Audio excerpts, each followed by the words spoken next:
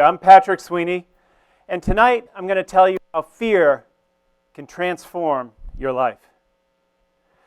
And if you're a parent or a teacher, I'm going to tell you how it can have a dramatic impact on the likelihood of success of children. And who better to lead the congregation than a reformed sinner? That's my confession I'm going to make to you tonight.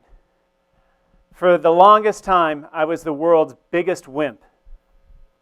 Now I live an amazing life doing really crazy adventures all over the place. And I found that I have a superpower. And my superpower is courage. And I'm going to share that with all of you tonight. It's a gift that I want to give, and some of the science behind it, which is fascinating, I think you'll find really intriguing. I'm going to leave you with 3 lessons. They're going to be lessons in how to live a life of impact, courage, and be the hero you always wanted to be with your family, with yourself, or in a time of crisis. In order to do that, we've got to go back to 1976. Now, I know the parents in the room get that. Kids, they'll have to explain that one to you. It's a little bit dated. But imagine, if you will, a duplex in a rough and tumble suburb of Boston. You're on the bottom floor of the duplex, and you see a family sitting there. There's a young boy on the floor playing with his G.I. Joe doll. He's wrestling with the kung fu grip. He's not even old enough to be worried about Barbie yet. His mom and dad are planted on the couch in front of their black and white RCA TV. His brother's next to him, annoying him like always. When all of a sudden, on the screen, comes a scene of disaster. "Boy, shut up!" He's transfixed. On the screen, he sees a monochromatic flame shooting up from the tail of a Delta DC-9. A newscaster half screams, half spits out the words that an instrument pilot was coming in on approach. He flew too low in the fog, cartwheeling the plane down the runway, scattering metal debris and body parts all over Boston's Logan Airport, killing all 100 people on board. Immediately, that scene is written on the boy's very sophisticated hard drive. Fast forward 2 weeks, and that same family is packing for a trip to Atlanta, Georgia. Their aunt and uncle has a new puppy, and it needs a home. So the family's super excited to go down to Atlanta and get the puppy. They haul their stuff into Logan Airport, and all of a sudden the boy sees across the smoky terminal a Delta logo on the tail of a plane. He's immediately hit with an electric wall of fear. He has a terrible response emotionally to seeing that, because that image has popped back out of his hard drive onto his mind's eye.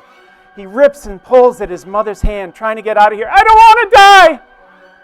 He kicks and he pulls and he screams, "Get me out of here!" He throws such an apoplectic fit, they're kicked out of Logan Airport. And they're forced to drive the 15 hours to Atlanta. That ensures 2 things that are both tragic. Number 1, that he doesn't confront the fear, so it gets further written on his hard drive. Number 2, that he catches hell for the next 40 years at every family gathering. And he's bullied about it to this day. Well, not surprisingly, that was me. And that was my fear frontier. Maybe you have a fear of snakes. Maybe you have a fear of the water. Everybody has a fear frontier. Maybe it's failure. We all have a place where we come to where we've got a moment of fear. How we deal with that determines our future and our success. For 30 years, I lived with this terrible fear of flying. Every time I got on board or anywhere near an aircraft, I got more and more scared. And one thing that I found is this cowardice begets cowardice. I was even the guy in high school who was still afraid of the dark. That's how bad things were. I lived with this for 30 years. And then my worst fear came to fruition. It could have happened to any one of us. I was working out, I was in my mid-30s, and I had a pain in my arm. And it kept getting worse over the next few days. But like everything else, I was afraid to go to the doctors. I finally went, and when I got into the doctors, he told me I had no white blood cells, no immune system. That got me a ticket to the Johns Hopkins Leukemia matinee, and this was a special showing for rare cases. Now, I was petrified. All I could think about in the hospital was my 1-year-old daughter. Would the image she had of her dad be the guy who was too much of a coward to get on a plane and take her to Disney World? I was suddenly choked with a deathbed feeling of regret, like I had missed out on so much in life and I was going to miss out on so much more. That's when I decided that I was going to kick that disease, and when I got out, I'd take flying lessons. Not to put the story to bed too early, but I did get out, I did beat leukemia, and I started taking flying lessons. And over the next several months, my entire life changed just because I went mano a mano with that flying demon. Everything in my world changed, and I realized I'd been living like a caterpillar on this tiny leaf, inching around, eventually ensconcing myself in this cowardly cocoon. And I never realized it until I flew. And then when I got my wings and literally learned to fly, my whole world changed. And in fact, I fell in love with flight. I got my instrument rating, my commercial rating, and nowadays I compete in acrobatics every year. This is a competition last year.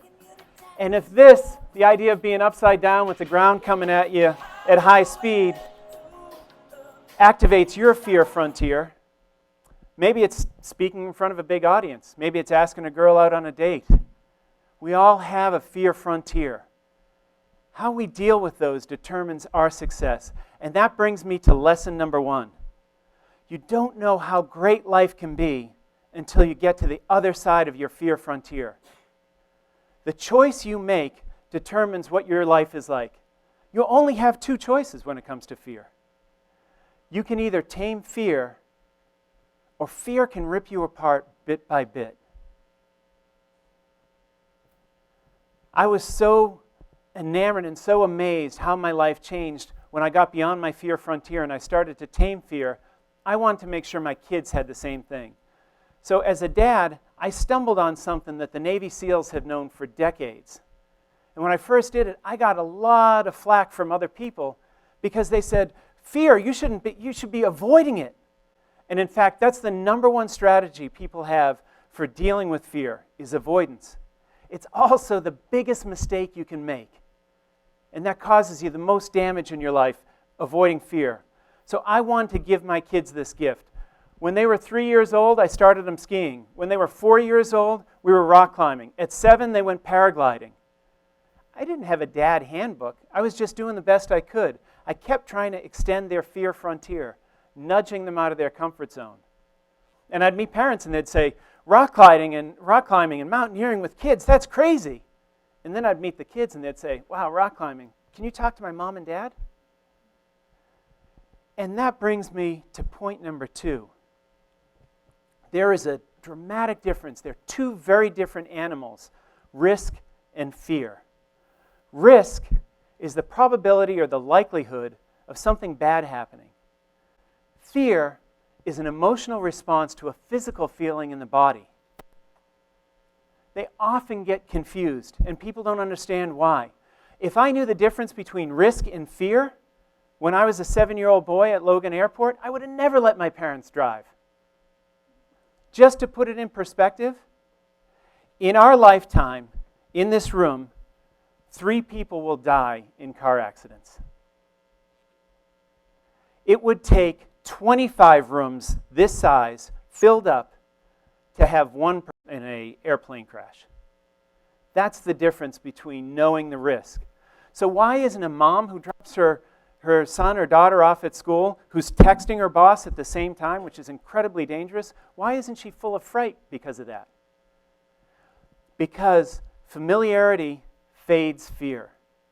And that can work to our benefit, and it can also work to our detriment. But just knowing that fact makes a big difference in our life. So one of the things that I found is with the Navy SEALs, there's fear-based behavior that doesn't make any sense until you figure out why you're doing it, what the motivation is. If you think about it for a second, fear-based decision-making rarely makes sense. Why is it you can be sitting on your couch at home, safe and sound, and watching something on the TV that you know isn't real, but have a tremendous fear response? It doesn't make any sense. Why do we let our amygdala stay in such control of us? It's almost like one end of the soul, and fear is on the other end coming from your anus. All right. How risky is life, really? Well, I don't know, but I can guarantee you none of us are going to get out alive. So we might as well live with the most courage, the most excitement, and the most passion we can. We need to take a page out of the Navy SEAL handbook, because it's really all about controlling the glands. I mentioned the amygdala before. That's a small gland at the base of your brain that's shaped like an almond. It's there and it's fully developed at birth. It does three things. It handles the three F's: fight, flight, or freeze. It was there to keep us from getting attacked by a saber-toothed tiger. What we found out over the last 100,000 years is freezing like a deer in the headlights or bolting every time there was a rustle in the grass didn't exactly make us the best dinner guests. So we developed something that's kind of like adult supervision for the amygdala. It's called the prefrontal cortex. And the prefrontal cortex, this is the rub, isn't developed until you're in your mid-20s. The amygdala, the thing responsible for the crazy reaction of mine at the airport, that flight or fright, developed at birth. The adult supervision and the ability to make a rational decision, not developed until your mid-20s. And how it develops can determine your whole life. That's what Navy SEALs do. Every time they go through training at BUDS, which is Basic Underwater Demolition School, each day it gets more and more intense until finally during Hell Week, they're tossed bound at the wrists and ankles into a pool, blindfolded with instructors literally beating on them. Most of these recruits are between 20 and 24 years old. What the Navy's doing is pre-wiring them for courage. I got so fascinated by fear, I started interviewing experts all around the world. One of the experts that I talked with told me there's something called preconditioning, extinction before preconditioning. And I just refer to this as preconditioning. They studied Navy SEALs and did an article in the Military Special Operations Journal, and it shows that Navy SEALs have a higher resiliency to stress than ordinary soldiers, and they have less incidence of post-traumatic stress disorder, or PTSD. The reason I believe this is because they're preconditioning. They're training their mind to do this. I used to think breathing was only important when I was racing. I was a rower, and I thought it was only important then, but it turns out it's one of their techniques. So is increasing the intensity. So the paradox with all this is you have to get scared to build courage. You have to feel when the amygdala starts to take over, because what happens is you feel your heart rate increasing, your breathing increasing, your pupils will dilate. That's the amygdala trying to take over. But if your prefrontal cortex can stay the boss, then you can be a superman or a superwoman, because you've got this cocktail going through your body that makes you stronger, makes you think better. It's there to help us survive. If you can use your prefrontal cortex to be the boss, then you can do amazing things. So one of the ways to do that is using the neurons in your brain continually getting scared. This is a video from MIT's lab. That's the amygdala of a mouse. And you can see what's happening. Every time one of those neurons fires, if they continue to fire the same neurons, they'll build a pathway. Neurons that fire together will end up wiring together. So the courage pathway becomes easier and easier to travel. So courage has a halo effect. If you're trying to get over fear of heights and you start rock climbing on the weekends, one thing you'll find is you can go ask your boss for a raise, or you can go ask your teacher for extra work, and you feel less anxiety because of it. So the point number 3 I'm going to give you is a tool for building up this courage, for creating that wire. So lesson number 1 was you don't know how great life is until you get beyond your fear frontier. Lesson number 2, huge difference between risk and fear. Lesson number 3 is that you need a tool set. You need something you can rely on to build up that courage. I use what's called the BASE methodology. The B is for breathing. Take a breath in for a count of 4, hold it for a count of 4, and let it out for 4. If you keep doing that, that'll stabilize your heart rate. The second one, the A, is to assess the situation. So many times we project bad things into the future. Instead, be present. Say, what's going on right now? Can I make a plan? Can I get in control? The S, it's counterintuitive, but smile. If you smile, no matter how forced, it has a direct link to your central nervous system, just using those muscles in your face. And then E is for encouragement, for self-talk. Tell yourself that's not fear you're feeling, it's excitement. That's a challenge. If you use this base methodology, you might find that, well, try it for yourself. If you don't like public speaking, next time you go out to dinner, stand up and make a toast. And when you make a toast, maybe you'll only get through the B and start breathing and then have to sit down. But each time, your courage will grow. It'll get more and more easier to do something courageous. So if you practice getting yourself scared, you can learn to be a great leader. There's a whole ocean of great leaders who have learned to tame fear and done amazing things with it. But there's a vast, barren desert of timid souls who let their life be ruled by fear. And fear from manipulation from politicians, from marketers, from the press. Don't be one of those people. Go out and learn how to be courageous. Learn how to be the hero you want to be. Remember, excuses are just fear in disguise. Go out and live the most passionate, exciting, adventurous life you can. Go out and find fear and live the life of a butterfly. Thank you very much.